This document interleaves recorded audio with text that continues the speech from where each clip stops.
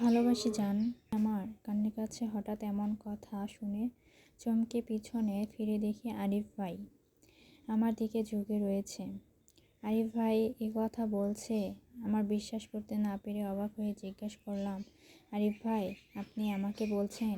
তিনি কেমন করে যেন আমার দিকে তার তাকানোর অনুভূতি হচ্ছে। মনে হচ্ছে পেটের ভিতর নাড়ি ভুঁড়ি সব জমে যাচ্ছে। আমার কথায় আরিফ ভাইয়ের কানে গেল কি গেল না বুঝতে পারলাম না, কারণ তার তাকানোর কোনো নড়চড় হলো। আরিফ ভাই একটু একটু করে সামনে এগোচ্ছে। ভাই আপনি এভাবে এগোচ্ছেন কেন? বলতে না বলতেই তিনি আমার ঠোঁট জোড়া টেনে ধরলেন। তার ঠোঁট দিয়ে পুরো শরীর জমে বরফ হয়ে গেল। কিছু সময় পর ঠোঁটে ব্যথায় হুঁশ ফেরায় ধাক্কা দিয়ে সরিয়ে দিলাম। দিকে তাকিয়ে হাঁপানির রোগীর মতো শ্বাস নিচ্ছি। আর চোখে দেখি আরিফ ভাই আমার দিকে তাকিয়ে ধীরে শ্বাস ফেলছেন। তার মধ্যে নেই। লজ্জায় চোখ তুলে তা ওনার দিকে নিচের দিকে চেয়ে বলে উঠলাম, কি করছেন আপনিয়া? কি করছি? উনি শুনে চলে যাওয়ার জন্য পা বাড়াতেই খপ করে চেপে ধরে টেনে নিজের সামনে নিয়ে আবারও নিজের ঠোঁট বসিয়ে দিয়েছেন। এবার আগের মতো না, বরং উন্মাদের মতো ঠোঁটে জ্বালা করছে দেখে বুঝতে পারছি আমি। হাত দিয়ে ঠোঁট কেটে দিয়েছেন। আমি ভাইয়াকে ধাক্কাচ্ছি। ৬০ থেকে ৭০ কেজি একজন আমার মতো ২০ বছরের মেয়ে পারবে? আমি কত বোকা তাই না? কখনো ধাক্কাচ্ছি, বসে দিচ্ছি। এক পর্যায়ে বিরক্ত হয়ে হাত দুটো ভাইয়া মুঠোয় নিয়ে নিচে নিয়ে নিলেন। তা দেখে আমার ছটফট গেছে। কিছুক্ষণ যাওয়ার পর আমি শ্বাস নিতে পারছি না। উনি বোধহয় আজ আমায় মেরেই ছাড়বেন। আর সহ্য করতে না পেরে করলাম। বাহুতে পড়তে দেখে ছেড়ে ২ হাতে আগলে নিল আরিফ। এক হাতে অনুকে, অন্য হাতে গালে থাপ্পড় দিয়ে ডাকছে, অনু এই শুনছিস? এইটুকু ডোজ পারিস না, আবার আমায় ভালোবাসিস? মুখে ফেনা তুলিস? বেয়াদব বলছি। এবার অয়ন একটু জটল। ভাইয়া। পিছন থেকে ভাইয়া ডাক শুনে অনুক নিয়ে দেখে রুমের দরজা সবাই দাঁড়িয়ে আছে। সবার মধ্যে অয়ন চোখ বয়ে আছে। সবাই অনুকে কোলে নিয়ে শুয়ে দিয়ে দিকে তাকালো আরিফ। দরজায় আব্বু, চাচু, চাচি, অয়ন, রুনিকা দাঁড়িয়ে আছে। মনে হয় আরো কেউ আছে না ঠিক করে। সবাই সুরসুর করে ঢুকেই ঠাস করে দাঁড়িয়ান। সুপুত্রের গায়ে আমি এই জন্যই এতবার করে তুমি, আমরা সবাই তোমার পেছনে, তাই দেখানোর জন্য তারা আছি। তোমাকে আমি চিনতেই পারছি না।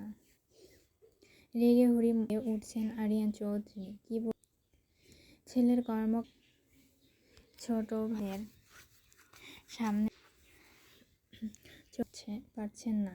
এও রীতিমতো তত্ত্বের আব্বুকে শান্ত চাহনিতে গিয়ে বলল, আব্বু শান্ত হন, আপনার প্রেশার বেডে বসাও। জানোয়ার।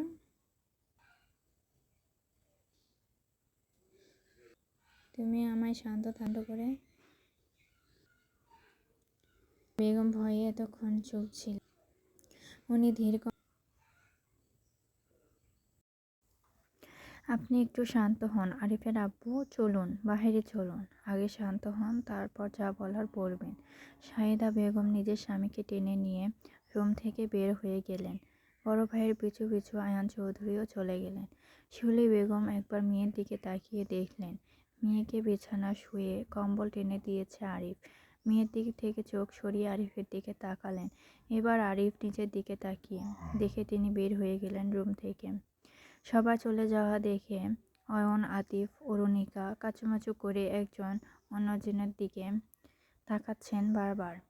এদের এমন একে অপরের দিকে তাকানো দেখে আরিফ গম্ভীর স্বরে বলল, সবাই এক্ষুনি বের হবি রুম থেকে। একটা শব্দ যেন কারোর মুখ থেকে বের না হয়। সবাই এমন কথা শুনে সুর করে লাইন ধরে বের হয়ে গেল। বাইরে এসে সবগুলো উচ্ছ্বস স্বরে হে হে করে হাসতে লাগলো। অয়ন, দেখলি ভাইয়াকে? আমার জীবনে আমি ভাইয়াকে এমনভাবে লজ্জায় পড়তে দেখিনি। আতিফ হাসি থামিয়ে বলল, বড় আব্বু দেখছিস কত রেগে গেছেন। আজকে বাড়িতে একটা ফাটাফাটি হবে বাপ ছেলের মধ্যে, দেখিস। সব ঝামেলা না আমার উপর আর তোর উপর দিয়ে যায়। অয়ন, সাবধান। ডাইনিং রুম থমথমে পরিবেশ। আরিয়ান চৌধুরী সোফায় বসে আছে গম্ভীর মুখে। তারপর পাশে এসে চৌধুরী ভাইয়ের অবস্থা পর্যবেক্ষণ করছেন। আজকে কি হবে সেটাই ভাইয়ের মুখের দিকে ভাবতেছেন তিনি। রান্নাঘরে সামনে চৌধুরীর বাড়ির দুই গিন্নি দাঁড়িয়ে আছেন। অয়ন, আতিফ, অনরিক বড় ভাই আসলেন যেন তারা আগে থেকে পেয়ে সবাইকে জানতে পারে ভাইয়া আসছে। কিছু সময় পর চিল্লাই উঠল, বড় ভাইয়া আসছে। আম্মু বলে সবাই সিঁড়ির দিকে দেখা গেল বাড়ির বড় পুত্র সিঁড়ি বেয়ে নামছে। আরিয়ান চৌধুরী টি টেবিলের দিকে তাকিয়ে আছে। একটু নড়চড় হলো না ছেলের আসার খবর শুনে। তিনি জানতেন কিছুক্ষণের মধ্যে তার সুপুত্র ছেলে নিচে আসবেন। আরিফ নিচে এসে সোজা নিচের আব্বুর পাশে সোফায় বসে পড়ল। সোফায় মাথাটা রেখে অধঃসা হয়ে কপালের হাত দু আঙুল দিয়ে চেপে ধরে শাহিদা বেগমকে বলল, আম্মু, বেশি করে লেবু দিয়ে এক গ্লাস শরবত বানিয়ে আনেন। অয়ন এসির পাওয়ার বাড়িয়ে দিল। ছেলের কথা শুনে চটজলদি এক গ্লাস লেবুর সামনে ধরলেন। সেটা দেখে আরিফ শান্ত গলায় বলল, আম্মু, আমাকে না, চৌধুরী বাড়ির বড় সাহেবকে দিন, খেয়ে মাথা ঠান্ডা করুক, নয়তো একটু পর দেখা যাবে। অ্যাটাক না করে বসেন। ছেলের কথা শুনে ফুঁসে উঠলেন আরিয়ান চৌধুরী এবং বললেন, তোমার লজ্জা করে না? এমন একটা কাণ্ড ঘটিয়ে এভাবে সবার সামনে এসে কথা বলছো, আবার নিজের মাকে বলছো বড় সাহেব হার্ট অ্যাটাক না করে বসে। তুমি কি করছো তুমি বুঝতে পারছো? তোমার জন্য আমার নিজের ছোট ভাইয়ের সামনে কতটা অস্বস্তি লজ্জায় পড়েছি চিন্তা করতে পারছো?